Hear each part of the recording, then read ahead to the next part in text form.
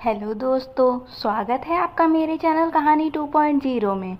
आशा करती हूँ आप सब बहुत ही अच्छे होंगे। तो चलते हैं हमारी आज की कहानी की ओर। मेरे दो भाइयों की एक दुल्हन, ये रात जानकर आपके भी होश उड़ जाएंगे। बहारपुर की एक सच्ची कहानी।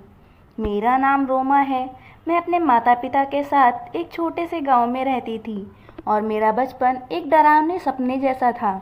मेरी किस्मत ने मेरे साथ एक ऐसा खेल खेला कि मैं अपनी ज़िंदगी में आगे बढ़ने के बाद भी अतीत को नहीं भूल सकती थी।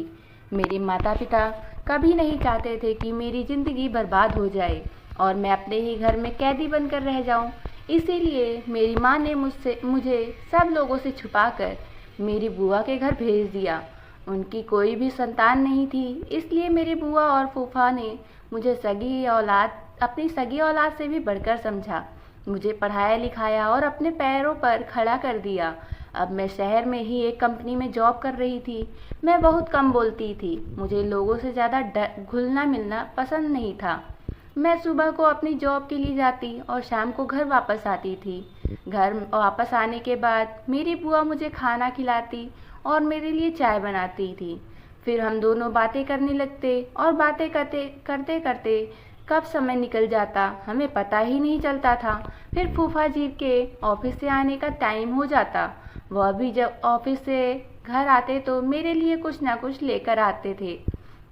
लेकिन मुझे जब भी अपने अतीत की याद आती तो मेरे पैरों तले से ज़मीन निकल जाती थी।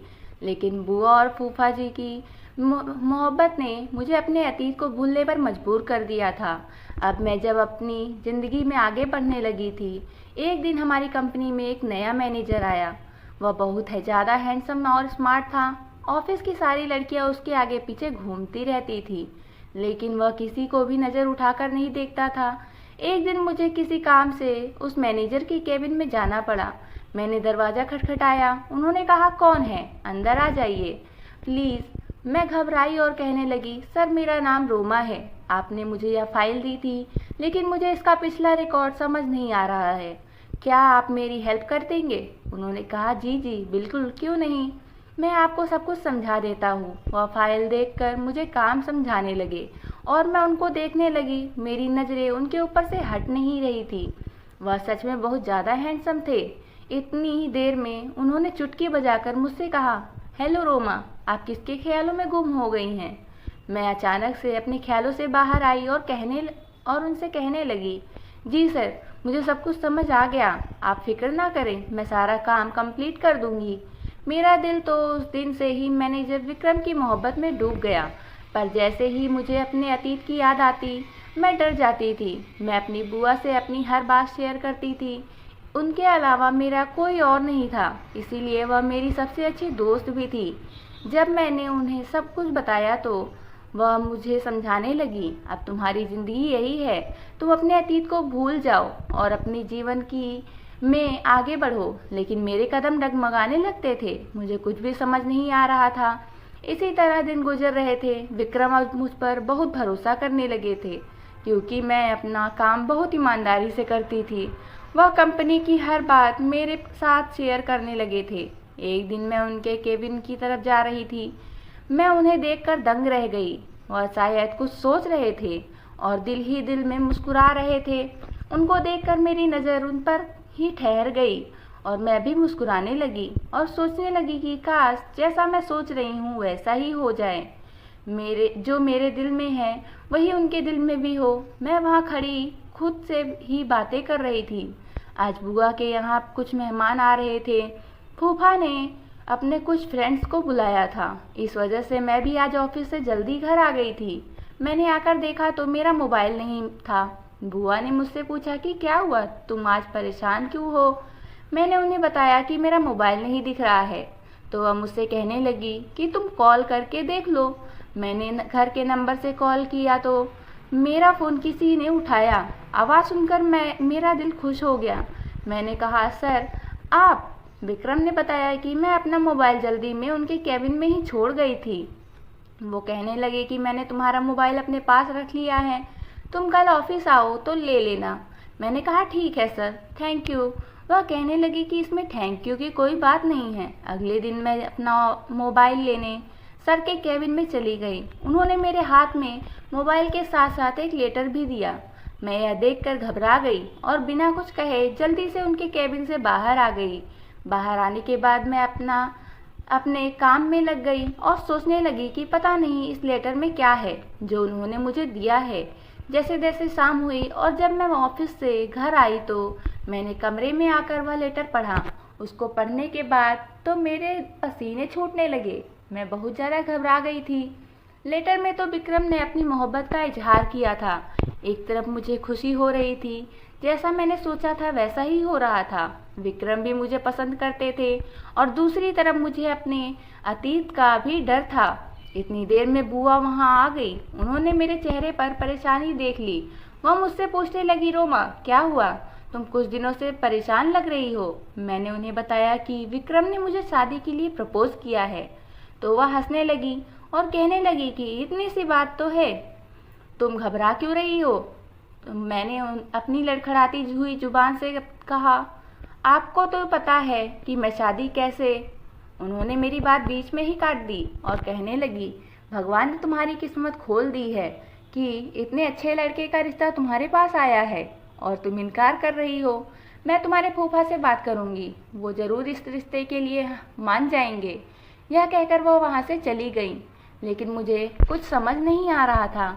एक तरफ तो मैं खुद इस बात का इंतजार कर रही थी कि विक्रम भी मुझे पसंद करता हो, और अब जब सब कुछ मेरी सोच के अनुसार हो रहा था तो मेरा दिल मानने को तैयार ही नहीं था।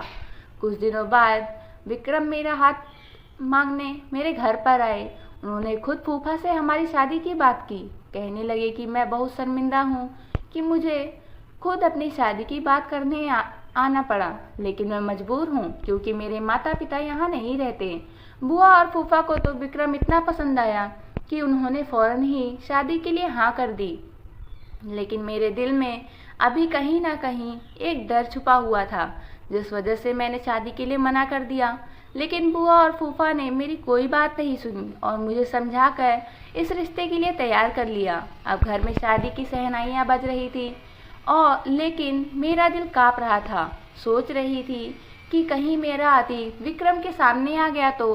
खैर, मैं भी शादी की चहल पहल में खो गई और अपनी मोहब्बत को अपनी किस्मत में लिखा देखकर सब कुछ भूल गई। विक्रम की मोहब्बत ने मेरे अतीत को भुला दिया था। हमारी शादी की तारीख तय हो गई। मेरी और विक्रम की इस तरह अचानक शादी हो जाएगी मैंने सोचा भी नहीं था। देखते ही देखते मेरी शादी का दिन आ गया और मैं दुल्हन बनकर विक्रम के साथ उसके घर पर आ गई। यहाँ सब कुछ मेरे सपने जैसा था। इतने बड़े घर की मैं अकेली मालकिन थी। घर की सारी जिम्मेदारियां मुझ पर थीं। अब मुझे विक्रम के घर को संभालना था। विक्रम भी मुझ पर आंख बंद करके भरोसा करते थे। शादी की रात ही मैंने विक्रम से एक वादा लिया था और विक्रम ने भी अपनी सच्ची मोहब्बत के साथ ही आखिरी हद तक इस वादे को निभाया। मैं सोच नहीं सकती थी कि मेरी जिंदगी में ऐसा भी मोड़ आएगा कि विक्रम और मेरी मोहब्बत कमज़ोर पड़ जाएगी। विक्रम और मैं अपनी ज़िंदगी में बहुत खुश थे। एक रात जब हम खाना खा रहे थे तो विक्रम ने मुझसे कहा, रोमा, कंपनी की तरफ से मुझे 2 महीने की छुट्टी मिली है, हम कहीं घूमने चलते हैं। बताओ तुम कहाँ जाना पसंद करोगी। यह बात सुनकर मुझे बहुत खुशी हुई थी। मैंने कहा, विक्रम आप सच कह रहे हैं। उन्होंने कहा, हाँ हाँ बिल्कुल। मैंने कहा, तो ठीक है, फिर हम आपके माता पिता के पास चलते हैं। मैं आज तक उनसे नहीं मिली। यह बात सुनकर विक्रम बहुत ज़्यादा खुश हुए। कहने लगे कि तुमने मेरा दिल जीत लिया। उन्होंने मुझे बताया कि वह गांव में रहते हैं और वह बहुत अच्छे हैं। मुझे पढ़ने लिखने का बहुत शौक था, इसलिए उन्होंने बचपन में ही मुझे पढ़ने के लिए शहर भेज दिया था। मुझे भी बहुत समय हो गया था उनसे मिले हुए, लेकिन उनसे फ़ोन पर बातें होती रहती हैं। हमारी शादी के बारे में भी मैंने उन्हें फ़ोन पर ही बताया था और वह सुनकर बहुत खुश हुए और अब वह हम दोनों को देखकर बहुत खुश हो जाएंगे। मैंने पैकिंग करनी शुरू कर दी और विक्रम ने ट्रेन की टिकट करा ली। अगले दिन जब मैं उठी तो किसी ने दरवाज़ा खटखटाया। मैंने जाकर दरवाज़ा खोला तो बाहर एक आदमी खड़ा था। उसने मुझसे कहा कि यह टिकट है, विक्रम सर ने भेजी है। मैंने उससे टिकट लिया और अंदर आ गई। जब मैंने वो टिकट देखी तो मेरी आंखें फटी की फटी रह गई। मैं बहुत ज़्यादा घबराने लगी। इतनी देर में विक्रम आ गए। वह मुझे देखकर बोले कि रोमा कहाँ गुम हो गई, सब ठीक तो है ना? मैंने उनसे कहा हाँ सब कुछ ठीक है। मैं अपने चेहरे से पसीना साफ करते हुए उनसे बोली विक्रम हम कुछ दिनों बाद नहीं चल सकते, अभी मेरी तबीयत कुछ ठीक नहीं लग रही। विक्रम मेरे लिए परेशान हो गए और मुझसे कहने लगे कि चलो हम डॉक्टर के पास चलते हैं। मैंने कहा कि नहीं बस थोड़ी सी थकान महसूस हो रही है, आराम करूंगी तो ठीक हो जाऊंगी। विक्रम ने मेरे लिए चाय बनाई और मुझे दवाई दी। मैं अपने कमरे में जाकर आराम करने लगी। मैं सोच में पड़ गई थी। मेरे दिमाग में हजारों सवाल चल रहे थे। मैंने बुआ का नंबर लगाया तो बुआ का नंबर नहीं लग रहा था। अब मैं सोच रही थी कि मैं विक्रम को कैसे मना करूंगी। आखिर मैंने ही उसे कहा था कि हम तुम्हारे माता पिता से मिलने चलते हैं। फिर मैंने सोचा कि हो सकता है जैसा मैं सोच रही हूँ वैसा कुछ नहीं हो, सब मेरा वहम हो। मैंने जाने के लिए पैकिंग शुरू कर दी। विक्रम बहुत ज़्यादा खुश थे, लेकिन मेरा दिल पूरे रास्ते परेशान रहा। कुछ समझ नहीं आ रहा था कि मैं विक्रम को कैसे बताऊं। ट्रेन का यह सफ़र मुझे किस मंजिल तक ले जाएगा मुझे नहीं पता था। मैं नहीं जानती थी सफ़र कहाँ ख़त्म होगा। जैसे ही ट्रेन रुकी और हम ट्रेन से उतरे, मेरी आंखों के सामने अंधेरा छा गया और मुझे चक्कर आने लगे। विक्रम ने मुझे संभाला और वहीं स्टेशन पर ही बैठा दिया। उसने मुझे एक जूस पिलाया और कहने लगा तुम्हारी वाकई तबीयत ठीक नहीं है, मुझे तुम्हारी बात मान लेनी चाहिए थी और कुछ दिन रुक जाना चाहिए था, लेकिन फिर मुझे छुट्टी नहीं मिल पाती। मैंने कहा ऐसी कोई बात नहीं है, मैं ठीक हूँ। मैंने बहुत मुश्किल से खुद को समझाया। मैं और विक्रम स्टेशन से गांव की तरफ चले। मेरा दिल जोर जोर से धड़क रहा था, मानो जैसे मेरे कदम आगे बढ़ने को तैयार ही नहीं थे। जैसे जैसे हम विक्रम के घर की तरफ जा रहे थे, मेरा दिल बहुत बेचैन हो रहा था। हम जैसे ही उसके घर के दरवाजे पर पहुंचे, डर की वजह से मेरे पसीने छूटने लगे। पता नहीं मेरी किस्मत मेरे साथ क्या खेल खेल रही थी, मुझे कुछ समझ नहीं आ रहा था। जैसे ही घर का दरवाज़ा खुला, मेरे रोंगटे खड़े हो गए। अंदर एक बूढ़ा आदमी था, वो विक्रम के पिता थे। मैंने जल्दी से अपना चेहरा कवर कर लिया और खांसने का नाटक करने लगी। विक्रम ने मुझसे पूछा कि क्या हुआ। मैंने कहा कुछ नहीं, असल में मुझे बचपन से ही धूल मिट्टी से एलर्जी है और यहाँ गांव में धूल मिट्टी बहुत ज़्यादा है, इसीलिए मुझे यहाँ अपना फेस कवर कर कर रखना पड़ेगा। विक्रम बोले चलो ठीक है, अंदर आओ। विक्रम अपने पिता से मिलकर बहुत खुश था। उन्होंने उसे गले लगाया और प्यार करने लगे। अंदर एक बूढ़ी औरत थी जो कि विक्रम की माँ थी। उनको देखकर भी मैं दंग रह गई। मैंने अपना फेस और अच्छे से ढक लिया। विक्रम ने सबको मेरी एलर्जी के बारे में बता दिया। विक्रम की बहन मुझे घूर घूर कर देख रही थी और मुझसे अजीब तरीके से कहने लगी कि लगता है भाभी तो बहुत ज़्यादा खूबसूरत है, इसी वजह से वह हमें अपना चेहरा नहीं दिखाना चाहती। इस बात पर सब लोग हंसने लगे। फिर वो कहने लगी कि मैं तो मजाक कर रही थी। फिर हम सब लोगों ने मिलकर साथ में खाना खाया। विक्रम भी सालों बाद अपने घर वालों से मिलकर बहुत खुश हो रहे थे, लेकिन मैं घबराई और सहमी हुई बैठी थी। खाने की टेबल पर सब लोग हंसी मजाक कर रहे थे। इतने में ही विक्रम ने पूछा राजीव कहाँ है? जब से मैं आया हूँ वह नज़र नहीं आ रहा है। यह सुनकर मुझे सदमा लगा और मेरे हाथ से खाने की प्लेट छूटकर गिर गई। मुझे देखते ही विक्रम की बहन बोली लगता है भाभी अपने देवर का नाम सुनकर चौंक गई। विक्रम की माँ कहने लगी बस भी करो रायमा, जब से तुम्हारी भाभी आई है तुम तो उसके पीछे ही पड़ गई हो। वह कहने लगी कि माँ मैं तो सिर्फ मजाक कर रही थी। विक्रम के पिता ने बताया कि राजीव कुछ काम से गांव के बाहर गया हुआ है, उसकी भी शादी हो गई है, कुछ दिन में वह वापस आ जाएगा। अपनी पत्नी को भी साथ में लेकर गया है ताकि उसकी भी थोड़ी सैर हो जाए। खाना खाने के बाद मैं अपने कमरे में आ गई और अपने चेहरे से अपना मास्क हटा दिया। अपने आप को आईने में देखने लगी। मेरे दिमाग में बहुत सारे सवाल आ रहे थे। मेरे अंदर अजीब सी बेचैनी हो रही थी। इतनी देर में किसी ने दरवाज़ा खटखटाया। मैंने जल्दी से अपना मास्क लगा लिया। दरवाजे पर विक्रम थे। वह मुझे अपने घर वालों के बारे में बताने लगे। अपने घर वालों से मिलकर वह मुझे बहुत खुश लग रहे थे। पता नहीं मेरी किस्मत में आगे क्या लिखा था। मैं उनको कुछ भी बता नहीं सकती थी क्योंकि मैं विक्रम को खोने से डरती थी। मैं सोच रही थी कि विक्रम सब जानने के बाद कहीं मुझे छोड़ ना दे।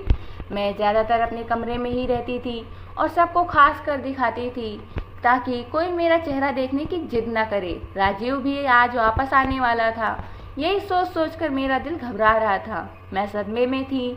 मैं अपने डरावने अतीत के बारे में सोच रही थी। मैं दिल ही दिल में उलझन में पड़ रही थी। लेकिन जब से मैं इस घर में आई थी, मुझे मेरी ननद का बर्ताव बहुत अजीब लग रहा था। वह हमेशा ही मुझसे कुछ न कुछ कहती रहती थी और फिर मजाक का बहाना बना लेती। जब राजीव के आने का समय हुआ तो मैं बुखार का बहाना बनाकर अपने कमरे में कंबल ओढ़कर लेट गई। जब सब लोग बहुत खुश थे। राजीव और उसकी पत्नी घर आ गए थे। वह सबसे मिले। विक्रम ने उसे मेरे बारे में बताया। वो और उसकी पत्नी मेरे कमरे में आए, लेकिन मैं कंबल ओढ़े लेटी रही और सोने का नाटक करने लगी। विक्रम ने कहा, इसकी तबीयत बहुत ज़्यादा खराब है, कल ही मैं इसे डॉक्टर के पास लेकर जाऊंगा।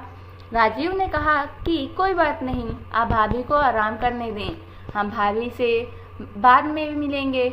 जैसे तैसे मैं अपने चेहरे पर मास्क लगाकर यहाँ रह रही थी, लेकिन राजीव के सामने आने से मुझे डर लगता था। जब वह घर में नहीं होता था तो मैं अपना फेस कवर करके सब घर वालों के साथ रहती थी, लेकिन उसके आने से पहले ही मैं अपने कमरे में चली जाती। एक रोज़ मैं अपने कमरे में बैठी अपनी ज़िंदगी के खतरनाक अतीत के बारे में सोच रही थी और दूसरी तरफ मैं सोच रही थी कि राजीव की बीवी कितनी खूबसूरत है और आदत की भी बहुत अच्छी है। अचानक मेरी ननद मेरे कमरे में आ गई। मैंने जल्दी से अपना चेहरा छुपाया और खांसने लगी। वो कहने लगी कि आपको डर है, राजीव भाई की पत्नी आपसे ज़्यादा खूबसूरत है, इसलिए शायद आप अपना चेहरा नहीं दिखाती। पता नहीं वह मुझसे इस तरीके से क्यों बात करती थी। मैंने उसे कहा कि नहीं, ऐसी कोई बात नहीं है, कुछ दिनों में मेरी दवाई का कोर्स कंप्लीट हो जाएगा और मेरी एलर्जी ख़त्म हो जाएगी, फिर मैं अपना फेस कवर करना बंद कर दूंगी। फिलहाल तो मैंने उसे यह बात कहकर टाल दिया था, लेकिन उसकी बातों ने मुझे कुछ सोच में डाल दिया था। मैं सोच रही थी कि उसे मेरी सच्चाई तो पता नहीं चल गई। इतने में विक्रम आ गए और मुझसे पूछने लगे, तुम्हारी तबीयत कैसी है? मैंने कहा कि अब ठीक है, बस कुछ दिन की बात है, फिर मेरी एलर्जी ठीक हो जाएगी। वह मुझसे बहुत ज़्यादा मोहब्बत करते थे, इसलिए मेरी हर बात आँख बंद करके मान लेते थे। एक दिन विक्रम मुझसे कहने लगे, राजीव मुझसे शिकायत कर रहा था, कह रहा था तुम बहुत अजीब हो, अपनी पत्नी को अपने भाई तक से अभी तक नहीं मिलवाया। उनकी यह बात सुनकर तो मैं और ज़्यादा डरने लगी। मैंने बुआ का नंबर लगाया, लेकिन उनका नंबर नहीं लग रहा था और मैं बहुत ज़्यादा परेशान थी। मेरे अतीत का यूं अचानक सामने आ जाना किस्मत का कौन सा खेल था, मेरी समझ में नहीं आ रहा था। मैं घर वालों से भी छुप कर रह रही थी और राजीव के सामने आने का सोच कर तो मैं भाग जाती थी। मेरा दिल जोर से धड़कने लगता। क्या हो जाएगा नहीं जानती थी। पता नहीं किस्मत ने क्यों मुझे फिर यहाँ लाकर इस घर में खड़ा कर दिया था। और दूसरी तरफ मेरी ननद रायमा मेरे पीछे ही पड़ गई थी। मुझसे अजीबोगरीब सवाल करती रहती। वह मेरी सच्चाई सबके सामने लाना चाहती थी, या फिर मेरे बारे में सब कुछ जानती थी, या जानबूझकर वह मुझे परेशान करती थी। एक दिन राजीव ने मेरा दरवाज़ा खटखटाया। मुझसे कहने लगा कि भाभी मैं अंदर आ जाऊं। मैं एकदम घबरा गई। सोचने लगी कि पता नहीं अब मेरे साथ क्या होने वाला है। मुझे पसीना आने लगा। मैं जल्दी से पीछे के दरवाजे से बाहर आ गई। मैंने विक्रम से फ़ोन करके कह दिया, मैं डॉक्टर के पास आई हूँ। आज तो जैसे तैसे मैंने खुद को बचा लिया था। अब मुझे कैसे भी करके इस घर से दूर जाना था। ऐसा लग रहा था जैसे मेरा अतीत मेरी आने वाली ज़िंदगी का हिस्सा बनने वाला है। अब मैं गुमसुम और चुपचाप रहने लगी थी। मैं विक्रम से कहती कि प्लीज़ यहाँ से वापस चलो, यहाँ मेरा दम घुटने लगा, यहाँ मेरी तबीयत ठीक नहीं रहती, यहाँ पर मुझे बहुत ज़्यादा बेचैनी होती है, मेरा दिल नहीं लगता। मैं बहुत ज़्यादा परेशान थी। विक्रम ये देखकर घबरा गए। सालों बाद कैसे मैं अपना होश खो बैठी थी। मैं बहुत मुश्किल से अपने आप को संभाल रही थी। एक दिन अचानक ही मेरे सामने राजीव आ गया। वह मुझे देखते ही घूरने लगा, लेकिन मैंने अपना फेस कवर किया हुआ था। कुछ देर तक वह मुझे ऐसे ही देखता रहा। फिर उसने मेरी तबीयत का पूछा। मैंने बस हाँ में सिर हिला दिया तो वह भी वहाँ से बिना कुछ कहे चला गया। मैंने जल्दी से अपना सामान पैक किया और विक्रम को बिना कुछ बताए वहाँ से जाने लगी। जैसे ही मैं दरवाजे पर पहुँची तो मेरी ननद ने मेरा हाथ पकड़कर मुझे घर के अंदर ले लिया। मैं नजरें और सर झुकाए खड़ी थी। घर के बाकी लोग भी वहीं पर थे। ऐसा लग रहा था कि मैं एक मुजरिम हूँ। रायमा कहने लगी, मेरे दोनों भाइयों की एक ही दुल्हन, इसकी क्या वजह थी यह जानकर आपके भी होश उड़ जाएंगे। उसकी बात सुनकर मैं चीख पड़ी और कहने लगी कि नहीं, ऐसा कुछ नहीं है, यह झूठ बोल रही है। विक्रम ने मेरे मुंह पर थप्पड़ मारा। मैं रोने लगी थी। मैं किस्मत के हाथों मजबूर थी क्योंकि अब मेरा सच सबके सामने आने वाला था। विक्रम ने कहा, ये क्या कह रही है? आखिर सच क्या है? इसकी बात का क्या मतलब है? मैं सिसकियों के साथ रोने लगी और मैंने अपने चेहरे से मास्क हटा दिया। मैं राजीव की तरफ देखने लगी। मैं सोच रही थी कि राजीव मेरी सफाई में सबको सच बताएगा, लेकिन उसकी झुकी नज़र देखकर मैं समझ गई थी, क्योंकि उसका झुका सर और झुकी हुई नज़रें इस बात को बयां कर रही थी कि मेरा ही कसूर है। मैंने विक्रम से कहा कि मैं इन सब की अकेली जिम्मेदार नहीं हूँ। यह लोग भी मेरे अतीत में जो कुछ हुआ है उसके जिम्मेदार हैं। वह कहने लगा कि तुम्हारा क्या मतलब है? ये सब क्या कह रही हो?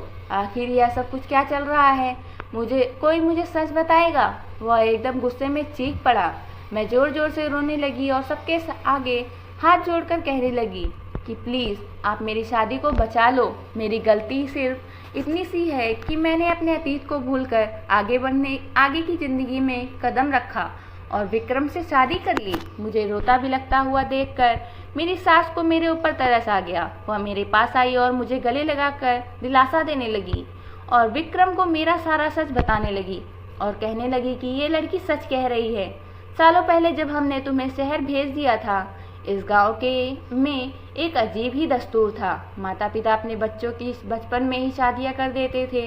खास करके लड़कियों के माता पिता अपने सर के बोझ को कम करने के लिए अपनी बेटी की शादी बचपन में ही कर देते थे। इस लड़की की और राजीव की बचपन में ही शादी कर दी गई थी। लेकिन जब बच्चे जवान होते हैं तो वह इस बचपन की शादी को मानने से इनकार कर दिया करते हैं, और अगर उनके माता पिता उनसे जोर जबरदस्ती करते हैं तो वह तंग आकर घर छोड़कर चले जाते थे या फिर अपनी पत्नी को तलाक दे देते थे। वह बताने लगी कि इसी तरह राजीव और रोमा के साथ भी किस्मत ने यही खेल खेला। इनका भी बचपन बर्बाद हो गया, लेकिन राजीव ने घर से भागकर अपनी पसंद की लड़की से शादी कर ली और यह बेचारी किस्मत की मारी राजीव का इंतजार करती रही। गांव वाले ने इसको ताने दे देकर इसका जीना हराम कर रखा था। यहाँ तक इसके खुद के घर वालों ने भी और रिश्तेदारों ने भी इसका साथ नहीं दिया और यह यहाँ हमारे घर आ गई, लेकिन हमने यहाँ भी इसको चैन से जीने नहीं दिया। और कुछ दिन बाद राजीव ने भी इसको भुला दिया और कहने लगा मेरा इससे कोई रिश्ता नहीं है, और हमने इस लड़की को यहाँ से धक्के देकर निकाल दिया। यह बेचारी दर की ठोकरें खाते रही। फिर मैंने विक्रम को आगे का सच बताया कि इसके बाद मेरी माँ ने मुझे बुआ के पास शहर भेज दिया और मुझे अपनी कसम दी कि मैं अपने अतीत को भूलकर अपनी ज़िंदगी में आगे बढ़ जाऊं और कभी भी सच को किसी के सामने नहीं बताऊं। विक्रम कहने लगा कि इतना बड़ा सच तुमने मुझसे छुपाया। यह सब लोग तुम्हारे गुनहगार हैं, तो लेकिन तुम तो मेरी गुनहगार हो। मैंने तुमसे सच्ची मोहब्बत की और तुमने मुझे कुछ भी बताना ज़रूरी नहीं समझा, और तुम मेरे भाई की पहली पत्नी हो। यह सब कुछ जानकर तुम कैसे मेरे साथ रह सकती थी? तुमने अपने साथ साथ मुझे भी इस पाप का भागीदार बना लिया है। जब तुम्हारी पहले शादी हो गई थी तो तुम मुझसे कैसे शादी कर सकती थी? यह सुनकर मैंने राजीव की तरफ देखा। वो चौंकने लगा और बहुत घबराया। मेरे और राजीव के अलावा रायमा भी सारा सच जानती थी। मैंने रायमा को घूर कर देखा। इतनी देर में राजीव की पत्नी ने उसे जोर से थप्पड़ मारा और कहने लगी कि यह सब क्या चल रहा है? तुमने मुझे धोखा दिया है। धोखे से मेरे साथ तुमने शादी की है। अब मैं तुम्हें डिवोर्स दे दूंगी। रायमा रोने लगी और कहने लगी कि आप सब लोग मुझे माफ़ कर दे, सारी गलती मेरी है। मैंने शुरू में ही भाभी का चेहरा देख लिया था और उसको पहचान लिया था। मैं उनका सच घर वालों के सामने लाकर उनसे बदला लेना चाहती थी। मैं रायमा को देखने लगी और सोचने लगी क्या पता नहीं यह कौन सा सच बताने वाली है। वो कहने लगी कि रोमा का भाई और मैं एक दूसरे से मोहब्बत करते थे और शादी करना चाहते थे, लेकिन राजीव और रोमा की शादी ने सब कुछ बर्बाद करके रख दिया था। इन दोनों की वजह से हमारी भी शादी नहीं हो सकी। उसी समय मैंने सोच लिया था कि मैं इससे बदला लेकर रहूंगी। जब मैंने पहली बार इसे देखा तो मेरे दिल में सालों पुरानी नफरत जाग गई और मैंने सोच लिया कि मैं इससे बदला लेकर रहूंगी। लेकिन मुझे नहीं पता था कि मेरी इस एक गलती से बहुत लोगों की ज़िंदगी बर्बाद हो जाएगी। प्लीज़ आप सब लोग मुझे माफ़ कर दें। वो राजीव पर चिल्लाने लगी और उनसे कहने लगी कि राजीव सच बताओ, तुम्हारी और विक्रम की, नहीं तो इन दोनों मासूम लड़कियों की ज़िंदगी बर्बाद हो जाएगी। अगर तुमने आज सबको सच नहीं बताया तो सब बर्बाद हो जाएगा। मेरी नज़र राजीव पर जमी हुई थी। उसके माता पिता भी बहुत ज़्यादा शर्मिंदा थे। राजीव की पत्नी भी उसको पकड़कर झिझोड़ रही थी। इतने देर में मैं चक्कर खाकर ज़मीन पर गिर गई और बेहोश हो गई। कुछ देर बाद मुझे होश आया तो मुझे डॉक्टर की आवाज़ आई। वह सबको बता रही थी कि आप सभी इनका बहुत ज़्यादा ख्याल रखें, यह प्रेग्नेंट है। मेरी आँख खुल गई और यह सुनकर तो मेरी हालत और ज़्यादा ख़राब होने लगी। रायमा और विक्रम की माँ मुझे संभालने लगी। विक्रम भी अपना सर पकड़कर बैठ गया। ऐसा लग रहा था जैसे कयामत टूट पड़ी हो। एक ही लड़की दो भाइयों की पत्नी कैसे हो सकती थी। विक्रम मेरे आगे हाथ जोड़कर कहने लगे कि आगे का सच क्या है। तभी रायमा कहने लगी, विक्रम भाई, राजीव गुनहगार है, इसने ही इसके साथ यह सब कुछ किया है और अब ये चुपचाप खड़ा है। विक्रम ने गुस्से में राजीव को जोर से थप्पड़ मारा। राजीव जमीन पर गिर गया और विक्रम के पैर पकड़कर माफ़ी मांगने लगा और कहने लगा कि मैं ही रोमा का गुनहगार हूँ। उसने बताया कि सालों पहले जब मैंने अपनी दूसरी शादी करने का सोचा था, उसी समय मैंने इसको डिवोर्स पेपर भिजवा दिए थे। अब यह मेरी पत्नी नहीं है, यह आपकी पत्नी है और यह बच्चा भी आपका ही है। बस किस्मत ने हमारे साथ यह खेल खेला है। मुझे और रोमा को इस पाप से बचा लिया। राजीव ने भी मुझसे मेरे पैर पकड़कर माफ़ी मांगी और उसके माता पिता ने भी अपनी गलती का एहसास करके मुझसे माफ़ी मांगी। मैं बराबर रो रही थी। विक्रम के दिल में मेरे लिए मोहब्बत जाग गई थी। वह भी जान चुका था कि इन सब में मेरी कोई गलती रही थी। मैंने तो सिर्फ अपनी माँ की कसम की खातिर सब कुछ छुपाया था। मेरे और राजीव के बीच में अब कोई भी रिश्ता बाकी नहीं था। सालों पहले ही मेरा और राजीव का डिवोर्स हो चुका था। मैंने भी सबको माफ़ करके अपना दिल साफ कर लिया। राजीव ने अपनी पत्नी से भी माफ़ी मांगी और उसने भी उसे माफ़ कर दिया। अब हम सब अपनी ज़िंदगी में बहुत ज़्यादा खुश थे। कुछ महीने बाद ही हम सब लोग शहर आ गए। अब हम सब लोग हंसी खुशी रहने लगे थे। मैंने एक बेटी को जन्म दिया था और राजीव के घर में भी एक बेटा पैदा हुआ था। विक्रम के माता पिता को अपनी गलतियों का बहुत ज़्यादा ही एहसास था, इसीलिए उन्होंने सोचा था कि वह अपने पोता पोती को पढ़ा लिखा कर गाँव के रीति रिवाज से दूर ही रखेंगे और हो सकेगा तो वो गांव के इस रीति रिवाज को ख़त्म कर देंगे ताकि आने वाले बच्चों की ज़िंदगियां बर्बाद ना हो सके। और ऐसा ही हुआ। विक्रम ने अपने गांव जाकर सबको बहुत समझाया और इस रिवाज को ख़त्म कर दिया और आने वाली नस्लों की ज़िंदगियों को तबाह होने से बचा लिया। गांव वालों की सोच बदलकर उनको अपने बच्चों की पढ़ाई लिखाई पर ध्यान देने को कहा।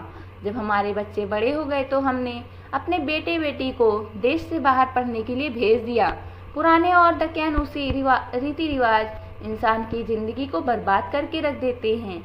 हम अपना अतीत कितना भी भूलना चाहें, एक दिन वो हमारे सामने आ ही जाता है, लेकिन किस्मत का लिखा कोई नहीं बदल सकता।